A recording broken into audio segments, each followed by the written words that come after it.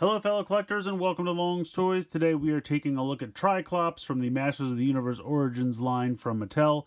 I think it's kind of funny. Usually the characters have some kind of like title, like Master of Shadows or something like that. His just says evil and sees everything.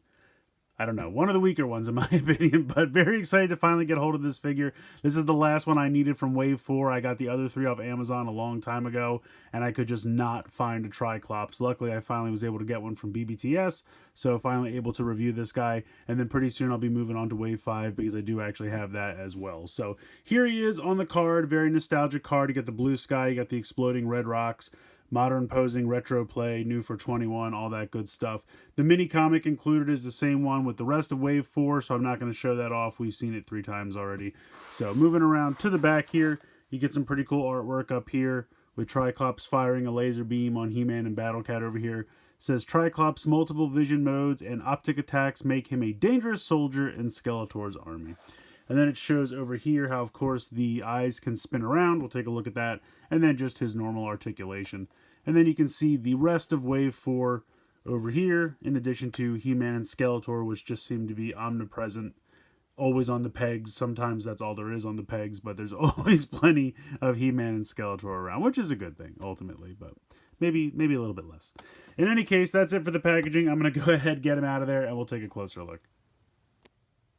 So here's Tri-Klops out of the packaging, and he looks very faithful to the original figure. Even has the loop here on the back to hold the sword, as you can see.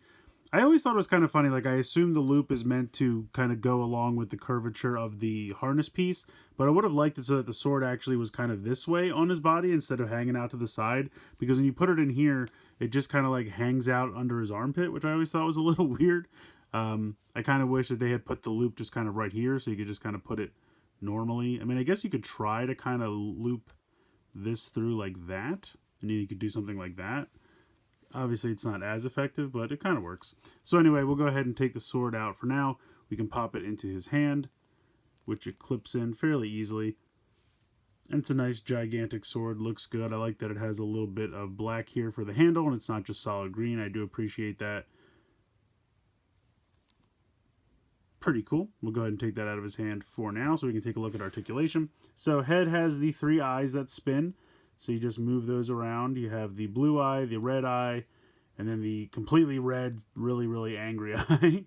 So those just spin around. You have a ball joint here for the head, so you can tilt side to side, up, down. Of course, you can look side to side. A lot of range of motion there. You have a hinge and a rotation in the shoulder. You have a hinge and a rotation in the elbow. You have a hinge and a rotation in the wrist. So pretty standard for Origin figures for the arms.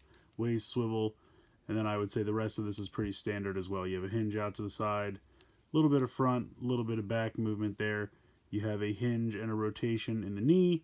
You have a boot swivel, and then you have an ankle hinge as well as a rocker side to side. So again, pretty standard articulation for Origins figures. But he looks good. I'm glad to finally have him. Glad to complete Wave 4. Tri-Klops was always a favorite of mine when I was a kid because you could swivel the eyes around, so gave him a little bit more detail. And I do like that he has somewhere to store the sword, even if it does kind of wing out to the side, which I do think is a little weird. And if you really wanted, you could take the harness off. It's got the little strap snappies, whatever you want to call those things, right there. So you can take it off if you wanted to, and you can see it just kind of sits loose on there. But yeah, he's a good looking figure. Definitely happy to add him to the collection. And don't really have too many complaints. Like I said, the biggest complaint I have, which is very minor, is just the orientation of the sword loop, because I would kind of like that to be more accessible for him to grab and also be kind of angled so it's not stabbing him in the leg while he's running around or whatever. But other than that, he's pretty perfect. So let me know what you guys think in the comments below. Please like, share, and subscribe. Hope you guys enjoyed the video. And as always, thanks so much for watching.